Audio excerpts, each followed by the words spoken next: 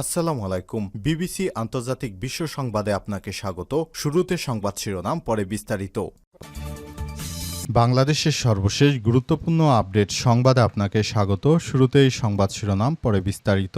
প্রথমেই জানাবো আমাদের হাতে থাকা সর্বশেষ গুরুত্বপূর্ণ সবথেকে তাজা আপডেট সংবাদ। রাজধানীর ধানমন্ডিতে ৫তলা ভবনে ভয়াবহ আগুন, নিয়ন্ত্রণে ফায়ার সার্ভিসের বেশ কয়েকটি ইউনিট। রাজধানীর ধানমন্ডিতে ব্যাপক অগ্নিকাণ্ডের ঘটনা ঘটেছে। নিয়ন্ত্রণে কাজ করছে ফায়ার সার্ভিসের বেশ কয়েকটি ইউনিট। আজ এ অগ্নিকাণ্ডের ঘটনা ঘটে বলে জানিয়েছে ফায়ার সার্ভিসের সদস্যরা। এ বিষয়ে খুবই গুরুত্বপূর্ণ সংবাদ জানাবো, সঙ্গেই থাকুন। এদিকে বিদেশি বিনিয়োগ আনলে মিলবে ১.৫% কমিশন, সংসদে প্রধানমন্ত্রী। বাংলাদেশে যদি কেউ বিদেশি বিনিয়োগ আনতে পারেন তাহলে মোট যে কত টাকা বিনিয়োগ আনা হবে তার ১.৫% পরামর্শক ফি বা কমিশন হিসেবে তাকে দেয়া হবে। পাশাপাশি বিদেশিরা আগে বাংলাদেশে টাকা আনলে লভ্যাংশ দেশে ফেরত নিতে যে জটিলতা ছিল সেগুলো সংশোধন করা হয়েছে বলে জানিয়েছেন তিনি।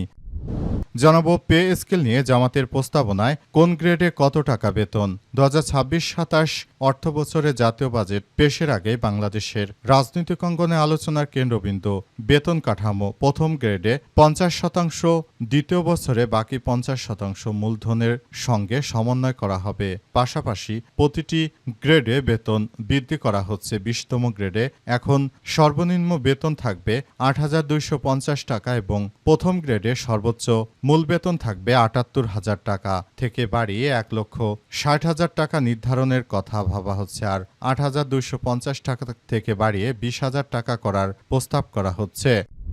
এরপর জানাবো ইসলামী ব্যাংকে একজন পর্যবেক্ষক নিয়োগ দিল বাংলাদেশ ব্যাংক। ইসলামী ব্যাংকের চলমান অস্থিরতার কারণে একজন পর্যবেক্ষক নিয়োগ দিয়েছে বাংলাদেশ ব্যাংক। ব্যাংকটির কার্যক্রম নিবিড়ভাবে তদারকি, ব্যাংকের স্বার্থ সংরক্ষণ, আমানতকারীদের স্বার্থ রক্ষা এবং বৃহত্তর জনস্বার্থ নিশ্চিত করতে এই পদক্ষেপ নেওয়া হয়েছে বলে জানিয়েছে কেন্দ্রীয় ব্যাংক। আজ ব্যাংকের সহকারী মুখপাত্র শাহরিয়ার সিদ্দিকী এক বিজ্ঞপ্তিতে এই তথ্য নিশ্চিত করেছেন। এবং সর্বশেষ জানাবো লালন শাহের মাজারে সংস্কৃতির নামে অনৈতিক কাজ চলে, সংসদে আমির হামজা। আমির হামজা জানিয়েছেন যে লালন শাহের মাজারে অনৈতিকভাবে যে ধরনের কার্যক্রম চলে সেগুলো আমরা বন্ধ করতে চাই। প্রিয় দর্শক, এতক্ষণ শুনছিলেন সংবাদ শিরোনাম, এবারে বিস্তারিত। তবে তার আগে বন্ধুরা অনুরোধ থাকবে এই সংবাদটিতে একটি লাইক দিন। এই চ্যানেলে আপনি নতুন হয়ে থাকলে আমাদের সংবাদটি দেখতে দেখতে চ্যানেলটি সাবস্ক্রাইব করে রাখুন। কমেন্ট করে বন্ধুরা আপনার মূল্যবান মতামত জানিয়ে দিন আপনি বিশ্বের কোন দেশ থেকে বা বাংলাদেশের কোন স্থান থেকে আমাদের সংবাদটি দেখছেন এবং শুনছেন। আর বন্ধুরা, সংবাদটি আপনার সোশ্যাল মিডিয়া ফেসবুকে শেয়ার করে বন্ধুদেরও দেখার সুযোগ করে দিন। আর বন্ধুরা, আজকের সংবাদ সম্পর্কে আপনার মূল্যবান মতামত কমেন্ট বক্সে কমেন্ট করে জানিয়ে দিন আপনি বিশ্বের কোন দেশ থেকে বা বাংলাদেশের কোন স্থান থেকে আমাদের সঙ্গে কানেক্টেড রয়েছেন। এবারে বিস্তারিত।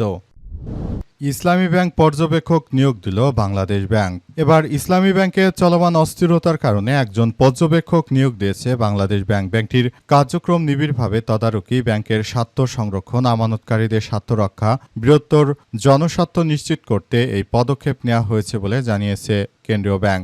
আজ বাংলাদেশ ব্যাংকের সহকারী মুখপাত্র শাহরিয়ার সিদ্দিকী এক বিজ্ঞপ্তিতে এই তথ্য নিশ্চিত করেছে। বিজ্ঞপ্তিতে বলা হয় যে ব্যাংক কোম্পানি আইন ১৯৯১ এর ধারা ৪৯/১ খ সরেয়া প্রদত্ত ক্ষমতা বলে বাংলাদেশ ব্যাংকের নির্বাহী পরিচালক মোহাম্মদ আশরাফুল আলমকে ইসলামী ব্যাংকের পর্যবেক্ষক হিসেবে নিয়োগ দেওয়া হয়েছে। কেন্দ্রীয় ব্যাংক জানিয়েছে যে পর্যবেক্ষক হিসেবে মোহাম্মদ আশরাফুল আলম ব্যাংকের পরিচালনা পর্ষদের সভাসহ সংশ্লিষ্ট কার্যক্রমে অংশ নেবেন। পাশাপাশি ব্যাংকের সার্বিক কার্যক্রম সম্পর্কে বাংলাদেশ ব্যাংককে প্রয়োজনীয় তথ্য পর্যবেক্ষণ প্রদান করবেন।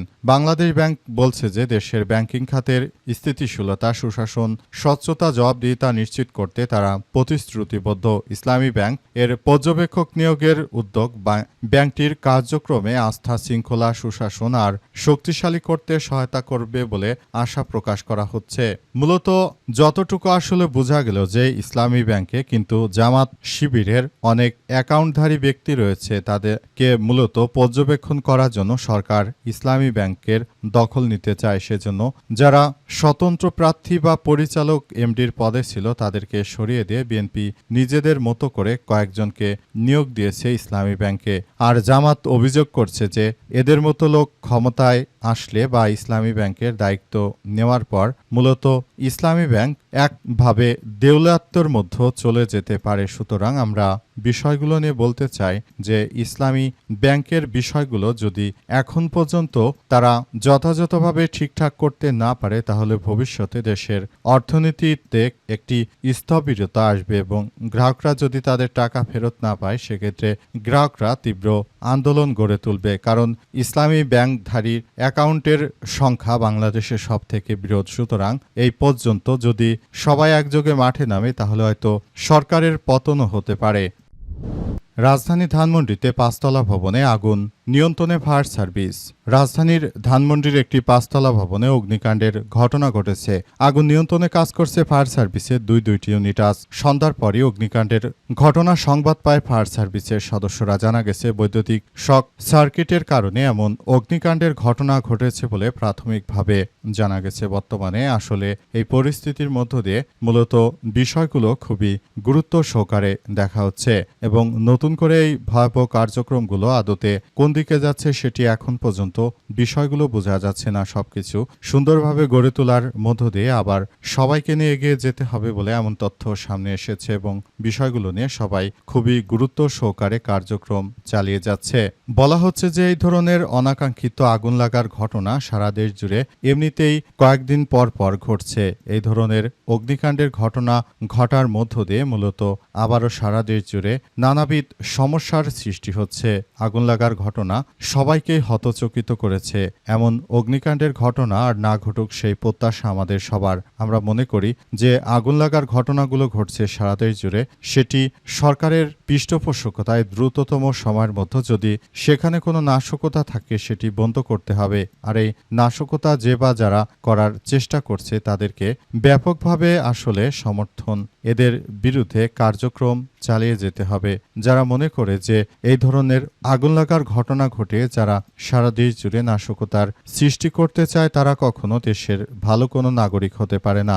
শেখ হাসিনা পালিয়ে যাওয়ার পর সচিবালয়ে আগুন, এয়ারপোর্টে আগুন, এমন কোনো জায়গায় নেই যে অগ্নিকাণ্ডের ঘটনা ঘটেনি। সুতরাং এই যে আগুন লাগার ঘটনাগুলো ঘটছে সেগুলো আপনি কি মনে করেন? আমার মনে হয় আগুন লাগার এই ঘটনাগুলো পরিকল্পিতভাবে দেশে ঘটানো হচ্ছে ইচ্ছাকৃতভাবে। একটি পক্ষ দেশটাকে স্থিতিশীল হোক সেটি কখনোই তারা চায় না। তারা সব সময় চায় যে দেশ অস্থিতিশীল থাকুক এবং অস্থিতিশীল থাকার মধ্য দিয়ে তারা মূলত দেশটাকে একটি খারাপের দিকে নিয়ে যাক সেই প্রত্যাশা করে তারা। বিদেশি বিনিয়োগ আনলে মিলবে ১.৫% কমিশন, সংসদে প্রধানমন্ত্রী। বাংলাদেশে বৈদেশিক বিনিয়োগ বাড়াতে নতুন প্রণোদনার ঘোষণা করেছে প্রধানমন্ত্রী তারেক রহমান। তিনি জানিয়েছেন যে কোনো বাংলাদেশি বা বিদেশি নাগরিক দেশে যদি বিনিয়োগ আনতে সক্ষম হলে বিনিয়োগের মোট পরিমাণের ১.৫% পরামর্শক ফি বা কমিশন দেয়া হবে। আর জাতীয় সংসদের প্রশ্নোত্তর পর্বে সংরক্ষিত নারী আসনে বিএনপির সংসদ সদস্য জোহরত আদিব চৌধুরীর প্রশ্নের জবাবে প্রধানমন্ত্রী এসব তথ্য জানান। প্রধানমন্ত্রী বলেন, বিদেশি বিনিয়োগকারীদের অন্যতম উদ্যোগ ছিল বিনিয়োগের মুনাফা সহজে নিজ দেশে নিতে না পারা। সরকার আইনগত সংস্কারের মাধ্যমে সেই সমস্যার সমাধান করেছে। পাশাপাশি সাম্প্রতিক এক বৈঠকে বিদেশি বিনিয়োগে আকৃষ্ট করতে ১.৫% কমিশন দেওয়ার সিদ্ধান্ত নেওয়া হয়েছে। তিনি বলেন, এই উদ্যোগের ফলে প্রবাসী বাংলাদেশিদের পাশাপাশি দক্ষ ও যোগ্য ব্যক্তিরাও বিদেশি বিনিয়োগকারীদের বাংলাদেশে বিনিয়োগে উৎসাহিত করতে ভূমিকা রাখতে পারবেন। সংসদে অপর এক প্রশ্নের জবাবে প্রধানমন্ত্রী জানান যে বিদেশি বিনিয়োগকারীদের জন্য বিনিয়োগ প্রক্রিয়া সহজ করতে সরকার বদ্ধপরিকর এবং সরকার আসলে সেভাবেই কাজ করছে। মূলত সরকার চায় বাংলাদেশে যেন একটি সুন্দর ও সঠিকভাবে বিনিয়োগ হয় এবং এই বিনিয়োগের মধ্য দিয়ে দেশের মানুষ যেন উপকৃত হতে পারে এমন কিছু করতে চাইছে সরকার বলে এমন কথাই তারেক রহমান মূলত বোঝানোর চেষ্টা করেছেন। তিনি জানান যে, আমি বলতে চাই বিনিয়োগের মাধ্যমে সারা বাংলাদেশটা একটা সুন্দর পরিবেশের মধ্য দিয়ে এগিয়ে যাবে সেই প্রত্যাশা আমাদের, এমন কথাই তারেক রহমান উল্লেখ করেছেন। তারেক রহমান আরও জানান যে, আমি সবাইকে বলবো আপনারা যার যার জায়গা থেকে এই বিনিয়োগ প্রক্রিয়াকে ত্বরান্বিত করার মধ্য দিয়ে মূলত আপনারা সবাই এগিয়ে যান, সেই প্রত্যাশা আমাদের। আমরা বিনিয়োগের মধ্য দিয়ে বাংলাদেশটাকে একটি সুন্দর অবস্থানে নিয়ে যেতে চাই বলে জানিয়েছেন তারেক রহমান। তিনি এই প্রক্রিয়ার মধ্য দিয়ে মূলত সবাইকে সুন্দরভাবে গড়ে তোলার মধ্য দিয়ে এগিয়ে যাওয়ার ঘোষণা দিয়েছেন তারেক রহমান। অর্থাৎ তিনি এই বিনিয়োগ প্রক্রিয়ার মধ্য দিয়ে সবাইকে সুন্দর একটি সম্মানজনক অবস্থানের দিকে সুন্দর ও সম্প্রীতির একটি বাংলাদেশ গড়ে তোলার পক্ষে তিনি কাজ করার জন্য উদাত্ত আহ্বান জানিয়েছেন বিএনপির প্রধানমন্ত্রী তারেক রহমান। পে স্কেল নিয়ে জামাতের প্রস্তাবনায় কোন গ্রেডে কত টাকা বেতন 2026-27 অর্থবছরে জাতীয় বাজেট পেশের আগেই বাংলাদেশের রাজনৈতিক অঙ্গনে আলোচনার কেন্দ্রবিন্দুতে রয়েছে নতুন বেতন কাঠামো বা নবম পে স্কেল। একদিকে সংসদে বিরোধী দল জামাত 8,39,505 কোটি টাকা ছায়া বাজেট পেশ করেছে।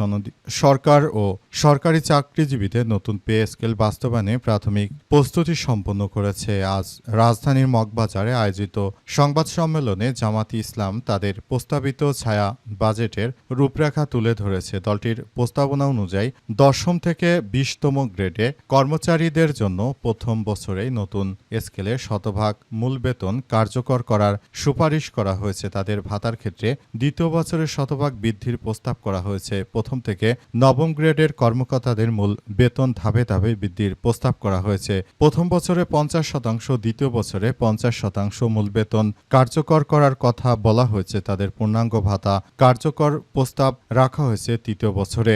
অর্থাৎ নতুন করে বিএনপি নানাবিধ কার্যক্রমগুলো সামনে নিয়ে আসছে। বিএনপির কথা হচ্ছে যে তারা মূলত বাংলাদেশকে আবার নতুন ভাবে সাজাতে চায়। আওয়ামী লীগ যেমন 2007 সালের দিকে ক্ষমতা আসার পর থেকে কিন্তু প্রথমেই আওয়ামী লীগ সরকারি কর্মকর্তা কর্মচারীদের বেতন বৃদ্ধি করার মধ্য দিয়ে মূলত আওয়ামী লীগ সরকার আসলে এগিয়ে গিয়েছিল। বিএনপিও ঠিক একই পথে হাঁটছে। তারা এখন সরকারি চাকরিজীবীদের বেতন বৃদ্ধি করবে এবং ভবিষ্যতে তারা স্বৈরতন্ত্র কায়েম করতে চাইবে হয়তোবা, এজন্য যাতে করে সরকারি কর্মকর্তা কর্মচারীরা তাদের পক্ষে থাকে এমন কিছুই তারা করতে চাইছে বলে বোঝা যাচ্ছে।